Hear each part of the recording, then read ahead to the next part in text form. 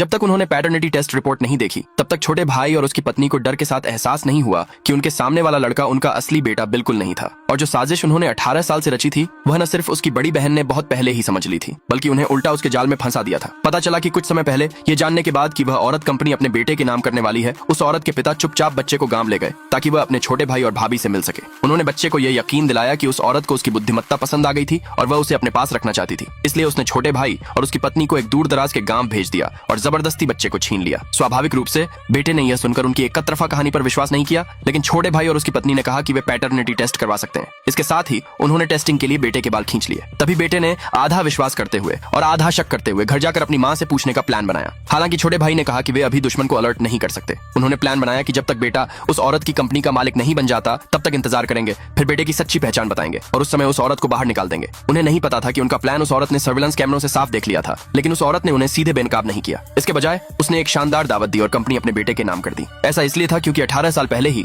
जब छोटे भाई और भाभी ने अपने कर्ज का नाटक किया था, पीछे ढेर सारा कर्ज और एक नवजात बच्चा छोड़कर उस औरत ने उन्हें कर्ज चुकाने और बच्चे को पालने के लिए इस्तेमाल करने की उनकी साजिश को समझ लिया था। इसलिए उसने बहुत पहले ही सब कुछ प्लान कर लिया था और उनका इंतजार कर रही थी। और सच में जैसे ही बेटे को कंपनी मिली, छोटे भाई और भाभी उससे भिड़ने आ गए और उस औरत पर उस समय उनके बच्चे को छीनने का आरोप लगाया। यह देखकर उस औरत ने तुरंत बहुत ज्यादा हैरान होने का नाटक किया और उनसे पूछा कि क्या उन्हें मरा हुआ नहीं होना चाहिए था। तभी छोटे भाई और उसकी पत्नी ने गर्व से उसे बताया कि उन्होंने उस समय अपने कर्ज का नाटक किया था ताकि उसे धोखा देकर अपने कर्ज चुकाने और उनके बच्चे को पालने के लिए मजबूर कर सकें। यह सुनकर बेटा छोटे भाई और उसकी पत्नी से सवाल किए बिना नहीं रह सका। क्या उन्होंने पहले नहीं कहा था कि उस औरत ने उसे जबरदस्ती ले लिया था? लेकिन छोटे भाई और उसकी पत्नी ने यह समझाने का नाटक किया कि उस समय उन पर बहुत ज्यादा कर्ज था और हालांकि उस औरत में उन्हें चुकाने में मदद करने की क्षमता थी, उसने पैसे देने से मना कर दिया। उनके पास अपने कर्ज का नाटक करने की योजना बनाने के अलावा कोई चारा नहीं था और उन्हें कभी उम्मीद नहीं थी कि अब गलती से उन्हें उस औरत का साथ मिल जाएगा। इसके साथ ही छोटे भाई और उसकी पत्नी ने बेटे को उस औरत को घर से निकालने के लिए उकसाना शुरू कर दिया। उस जोड़े के बेशर्म चेहरे देखकर वहां मौजूद दर्शक भी और बर्दाश्त नहीं कर पाए और उन सभी ने उन्हें एहसान फरामोश होने के लिए बुरा भला कहा। यह सुनकर छोटा भाई तुरंत गुस्से में आ गया और कहा कि अब उसका बेटा कंपनी का मालिक है और अगर किसी ने दोबारा उनकी बदनामी करने की हिम्मत की तो वे कंपनी के दुश्मन होंगे। इन बातों पर किसी ने भी उन पर आरोप लगाने की हिम्मत नहीं की।